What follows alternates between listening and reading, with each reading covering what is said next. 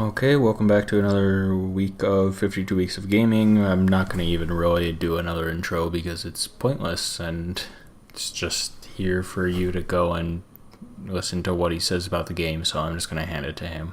Nick? So this week is Marooners, and I know nothing about it as always. I actually saw that it was a game on Xbox for their Gold, and I know nothing about it, so I'm just gonna hop in, play it, and I see a bunch of different people in it, and online stuff, so I'm gonna try it, and maybe I'll like it, maybe I won't. That's the point of this whole thing.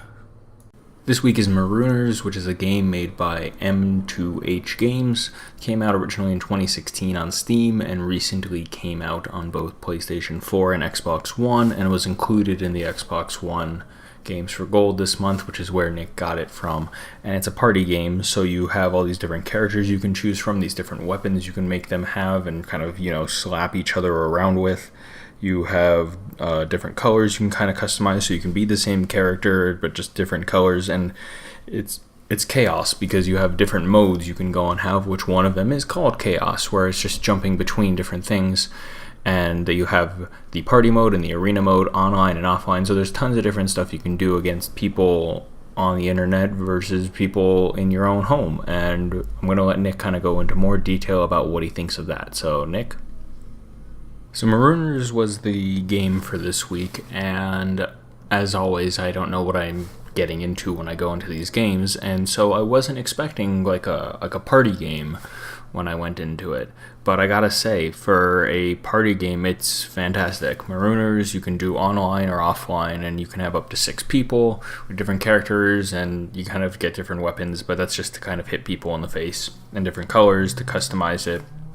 And then there's just a collection of minigames, that which minigames they are go and change based on each time that you go and play it. So it's not anything that's kind of like set in stone and every single game is the same, and the mini games themselves have different things. Some, like Rocky Road, is just running down a path. Others, like the Canyon Coliseum, is just you on a platform and you have bombs to go and blow each other up, and whoever survives the longest gets the most points.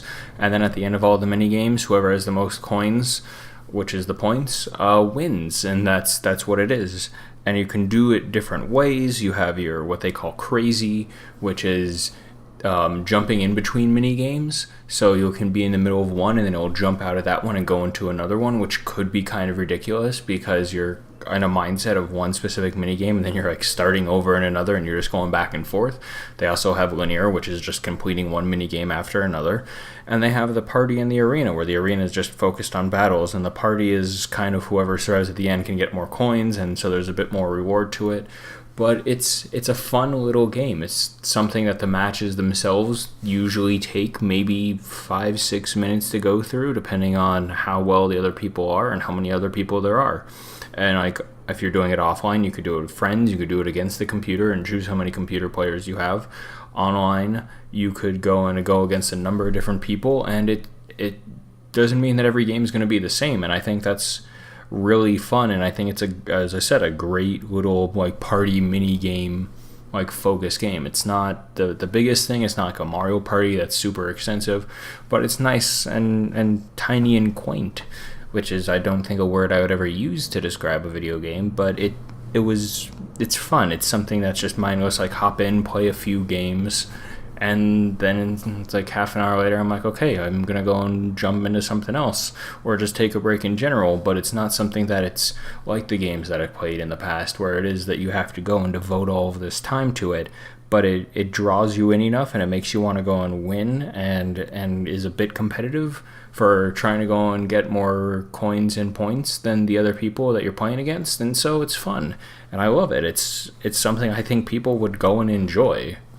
They said that people would go and like it, so who would you say would want to go and play this game? I think anyone who likes party minigames would want to go and play this. I think anyone who likes the Mario parties or just little games like that, I think it's fantastic for family game nights, because there's nothing really bad in it.